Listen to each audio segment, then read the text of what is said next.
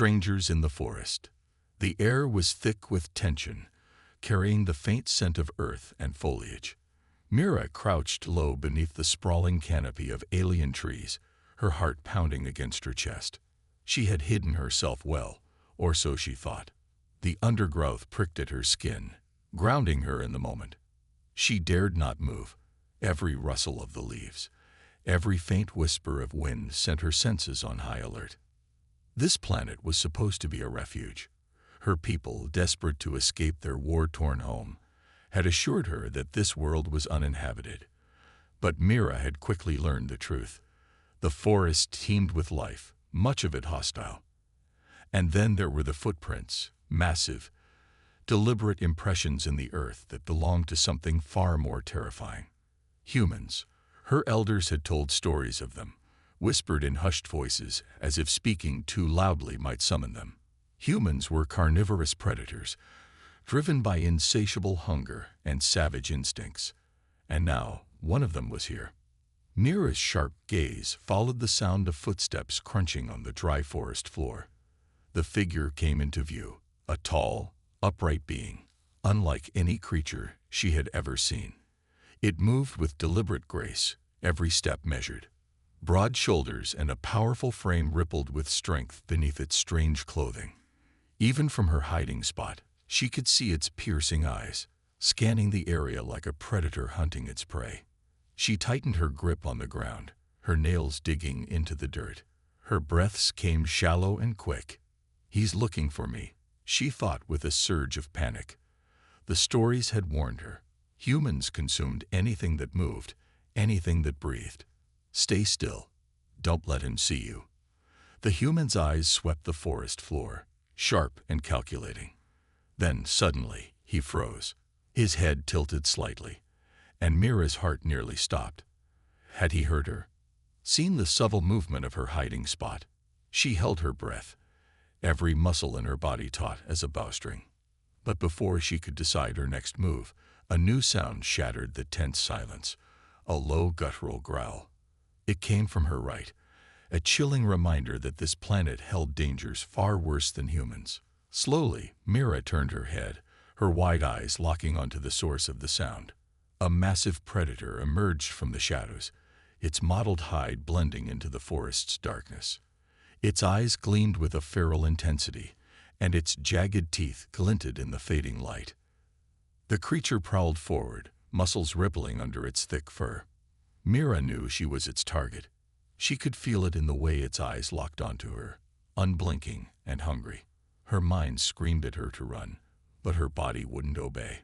"Don't move. Don't breathe." But it was too late. The predator let out a deafening roar, and Mira's instincts finally took over. She scrambled back, her limbs tangled in the undergrowth. The beast lunged, its massive claws outstretched.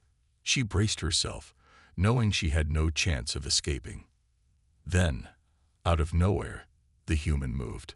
It happened so fast that Mira barely registered it. The man stepped between her and the predator, his posture rigid, his hands clenched into fists. He stood tall, unyielding, as if he had no fear of the beast before him. The predator snarled and lunged, its claws slashing through the air. But the human sidestepped with precision, dodging the attack like it was a choreographed dance. Mira stared in disbelief as the human struck back. He moved with a grace and power she hadn't thought possible, his motions fluid and deliberate. His hand shot out, gripping the predator's fur with what looked like a deceptively gentle touch. Then, with a twist of his arm, he sent the creature crashing to the ground. The predator roared again, but the human was relentless. He dodged, struck, and countered each attack with an efficiency that defied logic. The beast, once so confident in its strength, began to falter. Finally, with a frustrated snarl, it limped back into the shadows, disappearing into the forest's darkness. For a moment, silence reigned. Mira's breath came in shallow gasps as she stared at the human. He turned to face her, his chest heaving from exertion. Those piercing eyes locked onto hers, and Mira felt a shiver run down her spine. She was exposed now, her hiding place meaningless. The human took a cautious step forward. "Are you hurt?" he asked, his voice deep and resonant. It wasn't what Mira expected. There was no growl, no malice, just concern. She blinked, unable to process his words. Why would he care? Humans didn't care. They were hunters, predators, weren't they? She managed a slow shake of her head, her throat too dry to speak. The human tilted his head, studying her with an expression that was curious.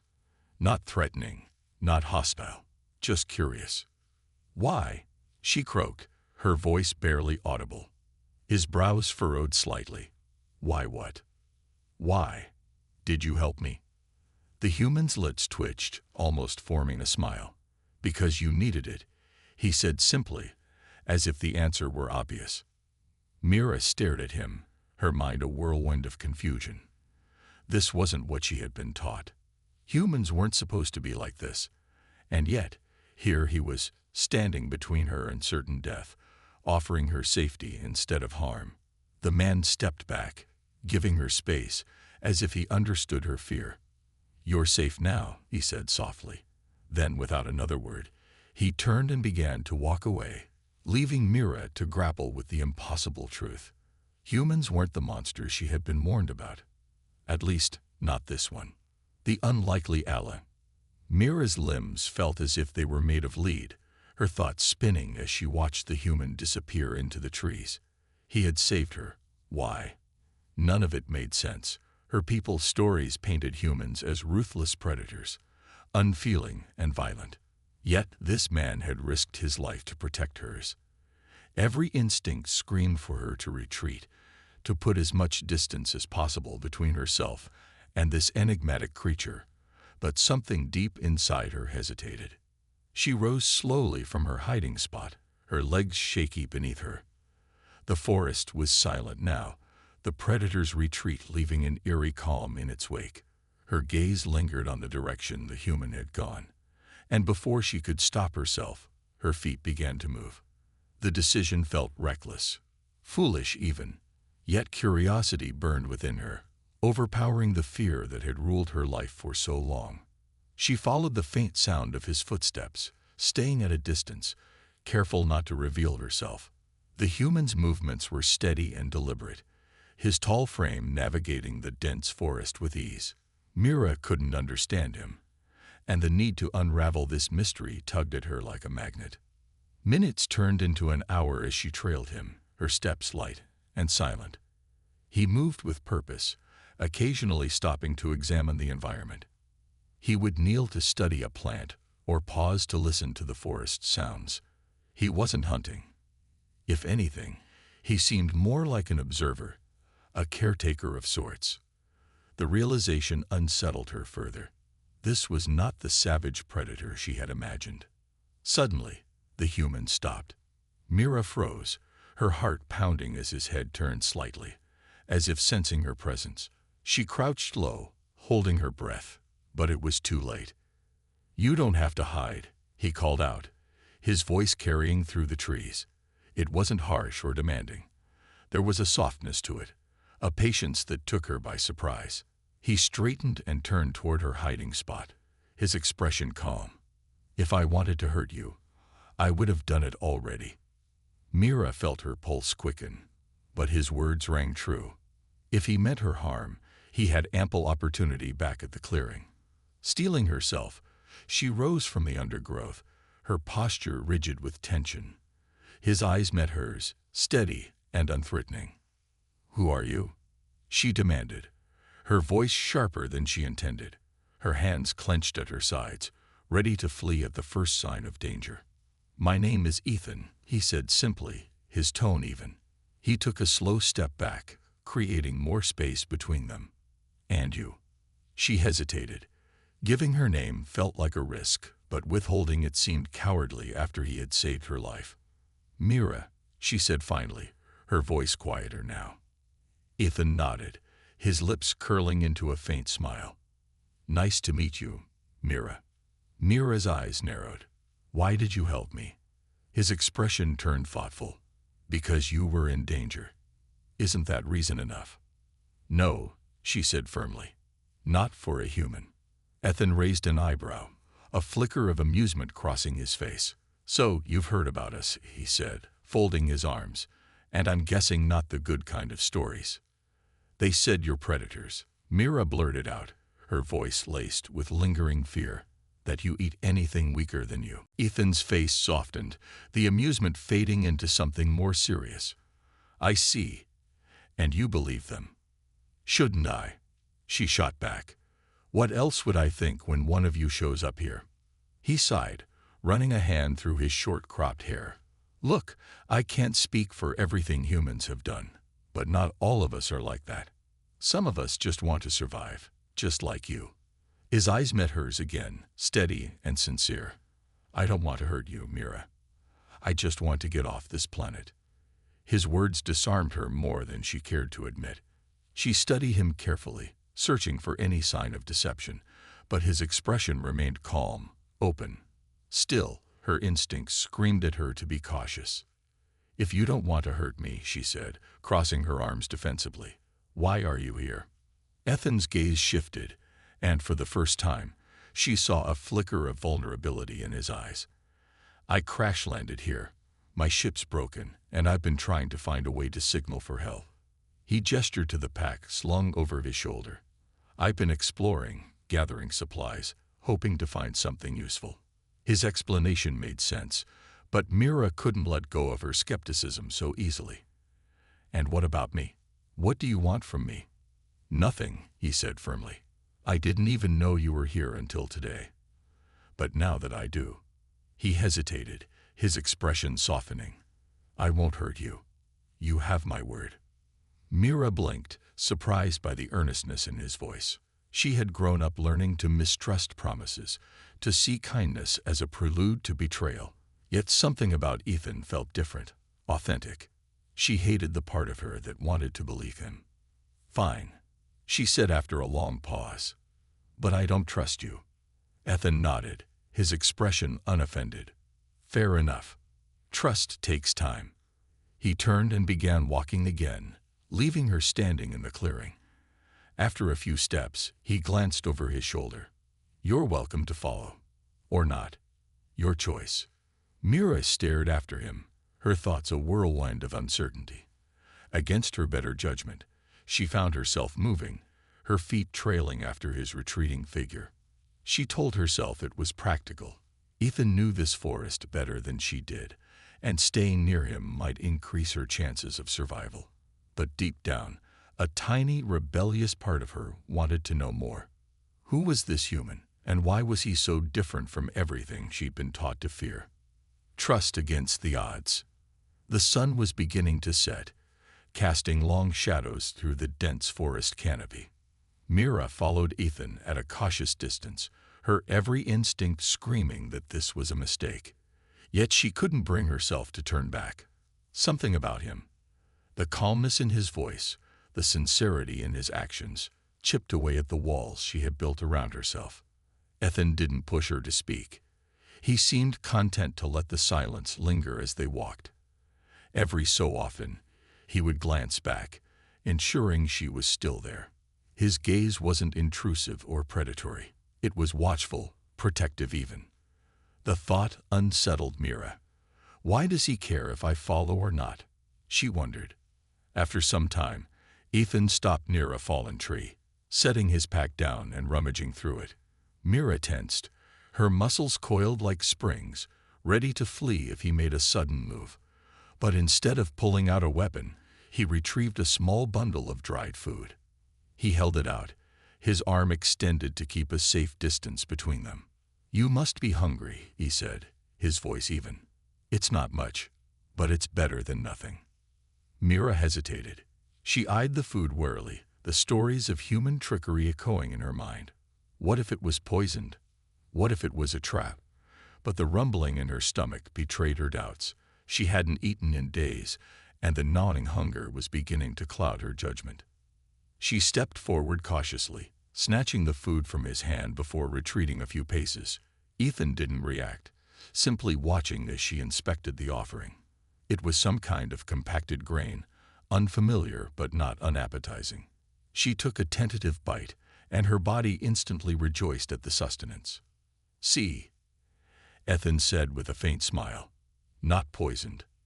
Mira shot him a glare, chewing slowly. "You could still be lying." He chuckled softly. "Fair point. Guess you'll have to keep watching me to make sure." His easy demeanor grated on her nerves. She wanted to hold on to her fear, her distrust. It had kept her alive this long. But Ethan made it difficult. He didn't. "There's a clearing up ahead," he said. "Good place to set up camp.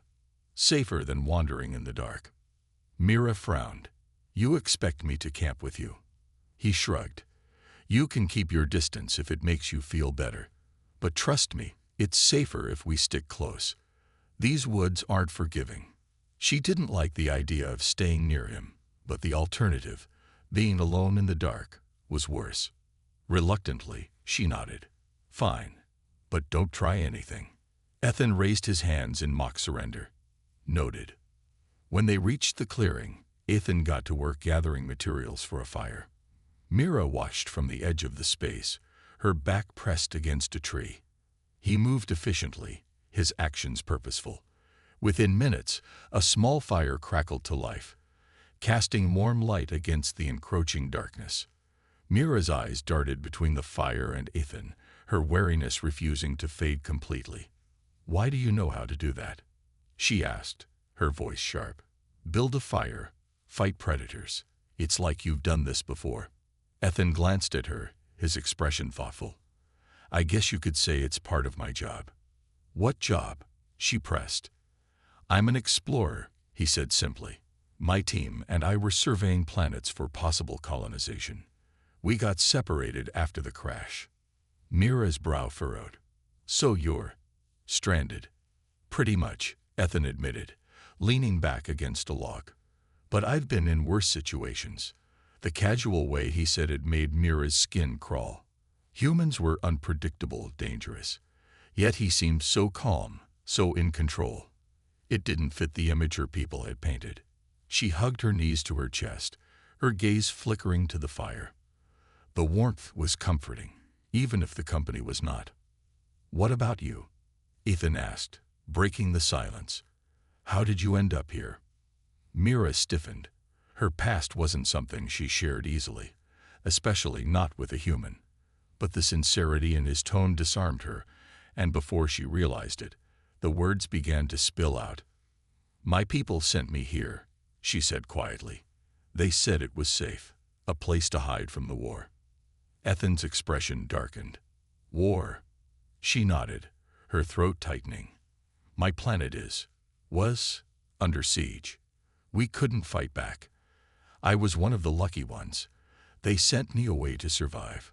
Her voice faltered, and she looked away, ashamed of the tears that pricked her eyes. Ethan didn't speak right away. When he finally did, his voice was softer. "I'm sorry. That must have been hard." The genuine sympathy in his tone caught her off guard. She risked a glance at him, and saw no pity, no condescension, just understanding. It was strange, hearing such compassion from a human. "It doesn't matter," she said, brushing her emotions aside. "I'm here now. I have to survive." Ethan nodded. "That's something we have in common." His words hung in the air, a fragile bridge between them. Mira wasn't sure what to make of it, this tenuous connection. But for the first time, she allowed herself to consider the possibility that Ethan wasn't her enemy. As the fire crackled and the forest settled into nighttime stillness, Mira stayed awake, her eyes fixed on the human across the clearing. She still didn't trust him, not entirely, but something about his presence made her feel less alone. And in a world as unforgiving as this one, that was enough for now. The bond forged in danger. The fire had burned low, casting faint, flickering shadows across the clearing. Mira hadn't slept. Her eyes remained locked on Ethan, who sat with his back against a log, his head tipped back, resting. The rhythmic rise and fall of his chest was steady, reassuring in a way she didn't understand. He wasn't like the humans she'd been warned about, but that didn't mean she could lower her guard. The forest was eerily quiet, the stillness unnerving. Mira's senses were sharp, her ears straining for any sound out of place. She had learned to survive by being vigilant, and the stillness often meant something was waiting, stalking. Her instincts proved correct. The first sound was subtle, a rustle of leaves in the distance. Then came the faint snap of a branch, deliberate and too heavy to belong to the smaller creatures of the forest. Mira's heart pounded as she scanned the shadows. Something was moving, circling the clearing. "Ethan," she hissed, her voice barely above a whisper. His eyes opened instantly, alert despite his seemingly relaxed posture. He didn't move, his gaze meeting hers with a silent question. She pointed toward the trees, and he nodded, his movements slow and deliberate as he reached for the knife strapped to his belt. The sound grew closer. Whatever it wasn't alone. Mira's sharp eyes caught the glint of moonlight on scales, a pack of predators, their mottled hides blending seamlessly with the shadows. She recognized them immediately. These were no ordinary hunters. These were the forest's apex predators, cunning and ruthless. "They're hunting us," she whispered, her voice trembling. Ethan's expression hardened, his jaw tightening. "Stay behind me." Mira's pride bristled at the command, but fear kept her rooted in place. She watched as Ethan rose slowly, his stance calm but ready. The pack emerged from the trees, 6 creatures in total, their glowing eyes fixed on the 2 of them. They moved with a terrifying precision, their steps synchronized, their bodies coiled with raw power. One of the predators let out a low growl, a sound that sent shivers down Mira's spine. Ethan didn't flinch. Instead, he stepped forward, placing himself squarely between Mira and the advancing pack. His knife gleamed faintly in the dim light, but it seemed laughably small compared to the creatures closing in. Mira's breathing quickened. She knew she should run, but her legs wouldn't obey. The pack spread out, encircling them, their movements calculated. Her mind raced, searching for a solution, but survival felt impossible. "Stay calm," Ethan said, his voice low and steady. "Don't make any sudden movements." "How can you be so calm?" Mira hissed, her voice tinged with panic. "Because panicking won't help," he replied simply. The lead predator lunged. Ethan moved like lightning, sidestepping the attack and slashing with his knife in one fluid motion. The blade found its mark, cutting into the creature's flank. It howled in pain, stumbling back, but the rest of the pack was undeterred. They advanced as one, their snarls echoing through the clearing. Mira's instincts kicked in. She grabbed a sturdy branch from the ground, gripping it tightly as she moved to stand beside Ethan. He glanced at her, his expression briefly surprised but approving. "Stay close," he said. "Watch their movements." The next attack came swiftly. A second predator leaped toward them, its jaws snapping. Ethan met it head-on, his knife flashing in the dim light. Mira swung her makeshift weapon, striking another predator that tried to flank them.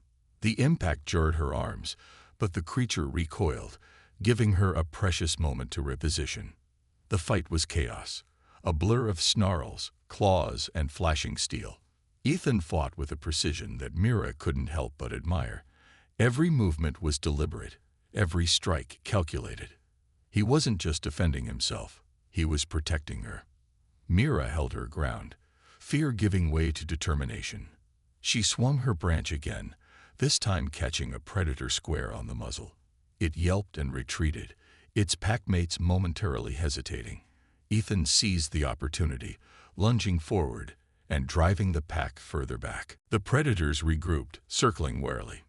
Mira's chest heaved, her arms trembling from exertion. Ethan stood beside her, his knife held steady, his breathing controlled despite the chaos. "They're testing us," he said, his voice calm despite the tension. "They'll keep probing for weaknesses." "What do we do?" Mira asked, her voice shaky. Ethan's eyes scanned the clearing, assessing their options. "We make them think we're not worth the fight." "How?" she demanded. He smirked faintly. "By hitting harder than they expect." Before Mira could respond, the lead predator charged again, its massive form hurtling toward them. Ethan stepped forward, meeting the attack head-on. His knife flashed, striking true, and the predator let out a pained roar. The others hesitated, their confidence faltering. Mira saw her chance. Summoning every ounce of courage, she shouted, a fierce, primal sound that surprised even herself. She swung her branch wildly, driving the predators back further. The combination of her defiance and Ethan's unrelenting strikes proved too much. One by one, the creatures retreated into the shadows, their snarls fading into the night. When the clearing fell silent, Mira collapsed to her knees, her body trembling with exhaustion. Ethan knelt beside her, his knife still in hand, his eyes scanning the tree line for any signs of the pack's return. "Are you okay?" he asked, his voice softer now. Mira nodded, though her breathing was ragged. I didn't think we'd survive that." Ethan chuckled lightly, the sound filled with a mix of relief and fatigue. "Neither did I." She looked at him, her fear giving way to something new, admiration. "You saved me. Again." "We saved each other," he corrected, his gaze meeting hers. For the first time, Mira smiled, the gesture small but genuine. In that moment, the barriers between them began to crack. Ethan wasn't just a human anymore. He was an ally, someone she could trust, at least for now. As the fire crackled softly behind them, the bond forged in danger solidified. Whatever lay ahead, Mira knew they would face it together. The unveiling truth. The forest had returned to a tentative calm, the predators driven back into the shadows. Mira and Ethan sat near the fire, the flames casting flickering light on their weary faces. Mira's body still trembled from the adrenaline coursing through her veins, but the immediate danger had passed. Her gaze lingered on Ethan, who was quietly sharpening his knife, his movements methodical and focused. "You're not like the humans they told us about," Mira said suddenly, breaking the silence. Her voice was soft, contemplative, as if she were testing the waters of her own thoughts. Ethan glanced up, his brow furrowing slightly. "And what exactly did they tell you about us?" Mira hesitated. The tales her elders had spun now seemed absurd in the wake of Ethan's actions, but those stories had shaped her entire perception of his kind.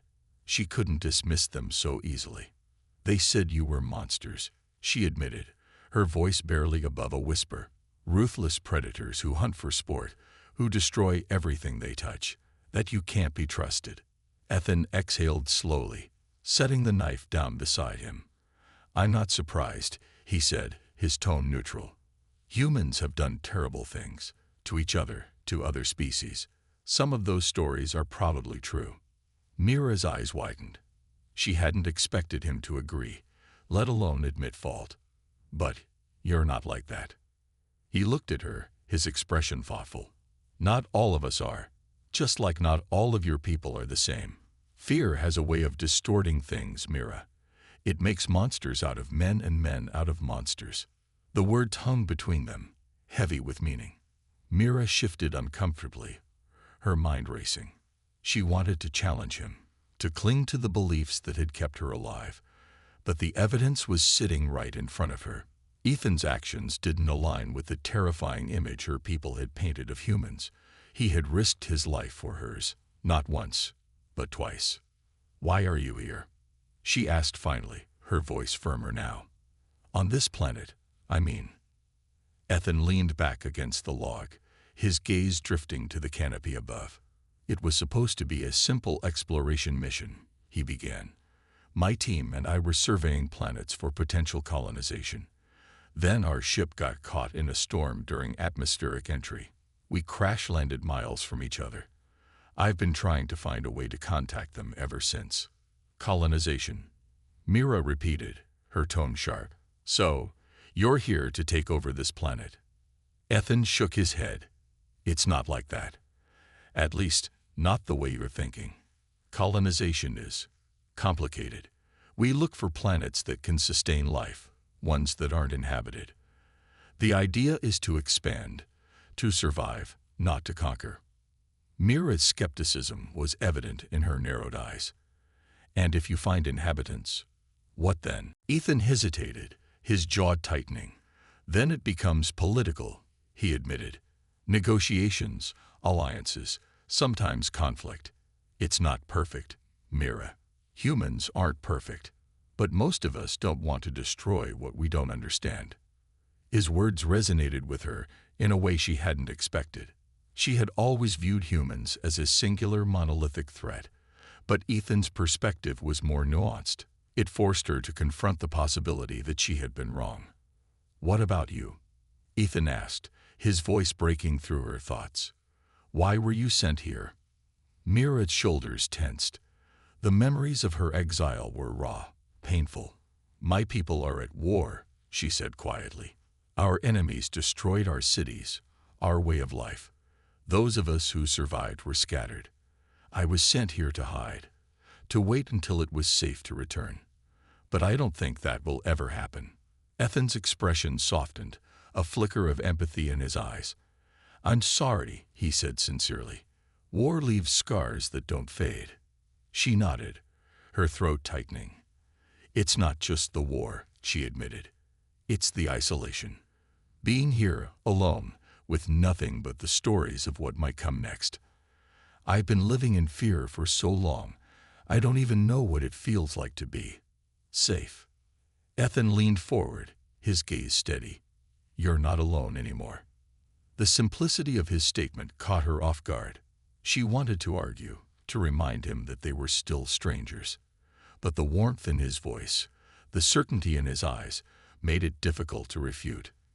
Mira looked away, her thoughts swirling. "It's hard to trust," she admitted. "After everything I've seen, everything I've lost, it feels impossible." "I get that," Ethan said softly. "Trust isn't something you give lightly. But it's not impossible. It just takes time." The fire crackled, filling the silence that followed. Mira studied Ethan from the corner of her eye, still wary but less so than before. His presence felt steady, unyielding, like an anchor in the chaos of her thoughts. She didn't trust him completely, not yet, but for the first time, she felt a glimmer of hope that maybe, just maybe, he was worth trusting. "I found something earlier," Ethan said, breaking the silence. He reached into his pack and pulled out a small metallic device. "It's a distress beacon. It's damaged, but I think I can repair it." Mira leaned forward, curiosity overcoming her caution. "You think it'll work?" "Maybe," he said, his tone cautious but hopeful. "If I can get it up and running, it'll send a signal to my team. They'll come looking for me, and for you, if you want to leave." The thought of leaving the planet, of escaping the constant fear and loneliness, sent a surge of emotion through Mira. But it was tempered by doubt. "And what happens to me? To my people? Will your team see me as a threat?" Ethan met her gaze, his expression resolute. "Not if I can help it." His words carried a weight of promise that Mira wanted to believe in. She nodded slowly, her resolve hardening. For now, she would stay by his side, not just because of the dangers that lurked in the forest, but because Ethan had shown her something she hadn't felt in a long time, a reason to hope. The ultimate test of humanity.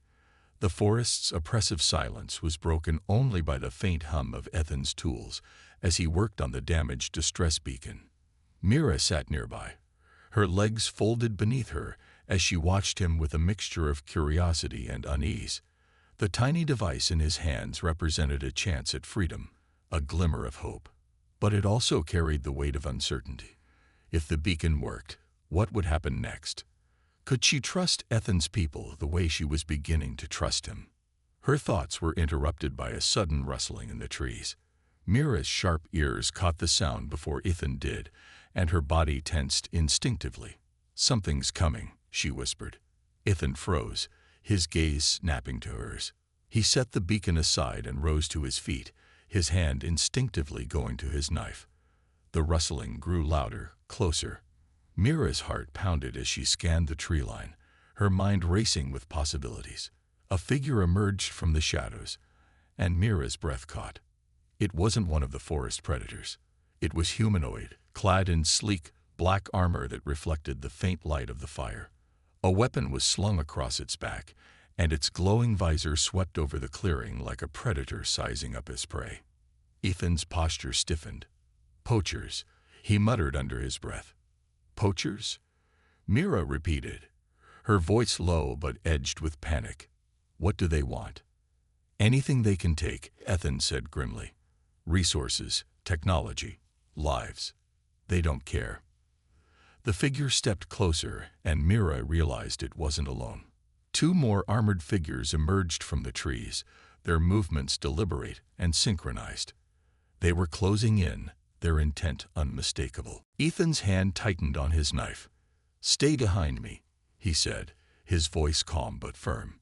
Mira's pride flared, but fear kept her rooted in place. "What are you going to do?" she whispered. "Negotiate," he replied, though the tension in his voice suggested he didn't hold much hope for that approach. The lead poacher stopped a few paces away, its weapon now in hand. The glowing visor tilted slightly, as if studying them. When it spoke, its voice was distorted, mechanical. "You're trespassing." "We're just passing through," Ethan said evenly. "We don't want trouble." The poacher's head tilted further, its weapon raising slightly. "This is our territory. Everything here belongs to us, including you." Mira's pulse quickened, her fingers curling into fists. Ethan didn't move, his posture steady despite the obvious threat. "We don't have anything you want," he said. "Let us go, and we won't interfere with your operation." The poacher let out a low, distorted laugh. Bold words for someone with no leverage. Ethan's grip on his knife tightened, but he didn't reach for it. "We don't have to fight." "But we will," Mira said suddenly, her voice cutting through the tension like a blade. The words surprised even her, but she refused to back down. Fear had controlled her for too long, and she wouldn't let it win now.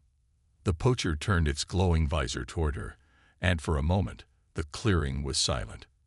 Then it raised its weapon, the movement deliberate and slow, as if daring them to act.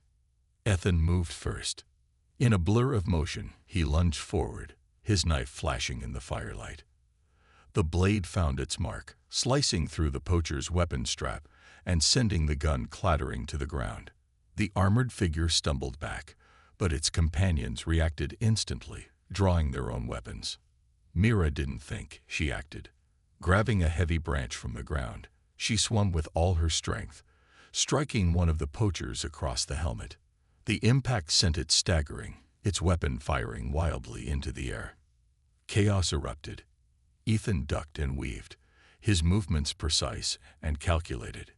He disarmed the lead poacher with a series of quick, brutal strikes, his knife flashing as he drove the figure back. Mira focused on keeping the second poacher at bay, swinging her branch with frantic determination.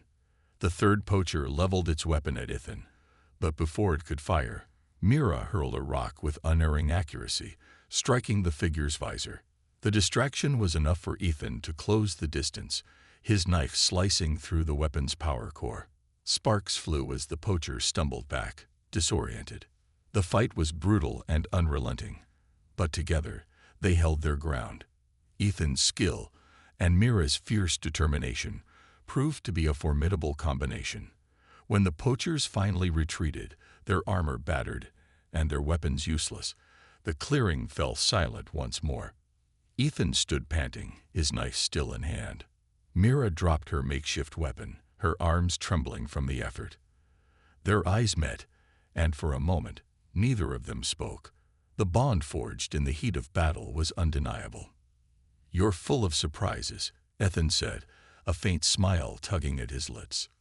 Mira let out a shaky laugh. "I could say the same about you." They turned their attention to the clearing, where the damaged distress beacon still sat, untouched. Ethan crouched beside it, inspecting the device with renewed urgency. "We need to get this working," he said. "If they come back, they'll bring reinforcements." Mira nodded, her resolve hardening. "Then let's make sure they don't get the chance." As Ethan resumed his work, Mira kept watch, her senses sharp and her heart steady. She didn't know what the future held, but for the first time, she felt ready to face it. Together, they were stronger than she had ever imagined. A new understanding. The sun was just beginning to rise, casting a golden glow over the forest. The air was heavy with the aftermath of the previous night's battle. Mira stood on the edge of the clearing, her eyes scanning the horizon for any signs of the poachers' return. Ethan knelt beside the distress beacon, his hands working with methodical precision. The device sparked faintly, a hopeful sign that their efforts weren't in vain. Mira glanced at him, her thoughts a whirlwind. The stories she had been told about humans, ruthless, predatory, and untrustworthy, had been shattered by Ethan's actions. He wasn't the monster her people feared. If anything, he was the opposite. He had fought for her, risked his life for her, and now he was working tirelessly to ensure their survival. She couldn't reconcile the human before her with the image of the savage predator she had grown up fearing. "How much longer?" she asked, her voice breaking the silence. Ethan didn't look up. "Not long. I think I've bypassed the damaged circuits. If this works, it should send out a signal strong enough to reach my team." "And if it doesn't?" she asked, her tone hesitant. He glanced at her, his expression calm but resolute. "Then we figure out another way. We're not giving up." Mira nodded, the steadiness in his voice giving her a strange sense of comfort. She turned back to the forest, her eyes scanning the tree line. The memory of the poachers still lingered, a stark reminder of the dangers that surrounded them. But she felt different now, stronger, braver. Fighting alongside Ethan had shown her what she was capable of, and it had changed something inside her. The beacon let out a faint hum, and Ethan straightened, a satisfied look on his face. "There," he said. "It's active." Mira stepped closer, her heart pounding. "What now?" "Now we wait," Ethan said. He reached for his pack and pulled out a small flask of water, taking the sip before offering it to her. She hesitated for a moment before accepting, the gesture feeling oddly intimate. "Do you think they'll come for you?" she asked after a moment, handing the flask back. Ethan nodded. "If they get the signal, they'll come. They won't leave me behind." "And me," she pressed, her voice quieter. He met her gaze, his expression serious. "You're with me. I won't let anything happen to you." The simplicity of his statement made her chest tighten. It wasn't a grand promise, but it carried a weight of sincerity that Mira couldn't ignore. She looked away, her thoughts tangled. Trust didn't come easily to her, but Ethan was making it impossible to hold on to her doubts. As the hours passed, they worked together to fortify their position, preparing for the possibility that the poachers might return before help arrived. Ethan taught Mira how to set traps, his patience unyielding as he explained each step. She listened intently, absorbing his knowledge with a determination that surprised even herself. "You're a quick learner," Ethan remarked as she finished securing a makeshift tripwire. "I've had to be," she replied. "Survival doesn't give you much choice." He nodded, his expression thoughtful. "It's more than that. You don't just survive, Mira, you adapt. That's not something everyone can do." His words caught her off guard. She wasn't used to praise, especially not from a human. "You're not what I expected," she admitted after a moment. Ethan raised an eyebrow. "Good, unexpected, or bad?" She hesitated, then smiled faintly. "Good, I think." He chuckled, the sound lightening the heavy atmosphere. "I'll take that." The faint whine of engines broke the quiet, and both of them froze. Mira's heart leaped into her throat as she looked up, her sharp eyes catching the glint of metal in the sky. A small ship descended, its sleek form cutting through the morning light. "That's them," Ethan said, his voice tinged with relief. Mira's stomach twisted. This was what they had been working toward, but the reality of it was overwhelming. Ethan's people were coming, and with them, the uncertainty of what would happen next. The ship landed smoothly in the clearing, its engines humming softly as the hatch opened. 3 figures emerged, their uniforms clean, and their movements purposeful. One of them, a woman with sharp features and an authoritative air, approached first. "Ethan," she said, her voice crisp, "we've been tracking your signal. Are you all right?" "Better now," Ethan replied. He gestured toward Mira. "This is Mira. She's been through a lot, and she needs our help." The woman's gaze shifted to Mira, her expression unreadable. Mira straightened, her muscles tense as she prepared for whatever came next. But to her surprise, the woman extended a hand. "Commander Hayes," she said, "you're safe now." Mira hesitated before shaking the offered hand, the gesture foreign but oddly reassuring. She glanced at Ethan, who gave her an encouraging nod. As they boarded the ship, Mira couldn't shake the feeling that her life was about to change in ways she couldn't yet comprehend. But for the first time, the uncertainty didn't terrify her. She had found an ally in Ethan, someone who had shown her that humanity wasn't the monster she had feared. And as the ship ascended, leaving the hostile forest behind, Mira allowed herself to hope. For safety, for understanding, and for a future she hadn't dared to dream of before. Together, they were proof that trust could be forged even in the darkest of places, and that humanity, for all its flaws, was capable of kindness, courage, and connection.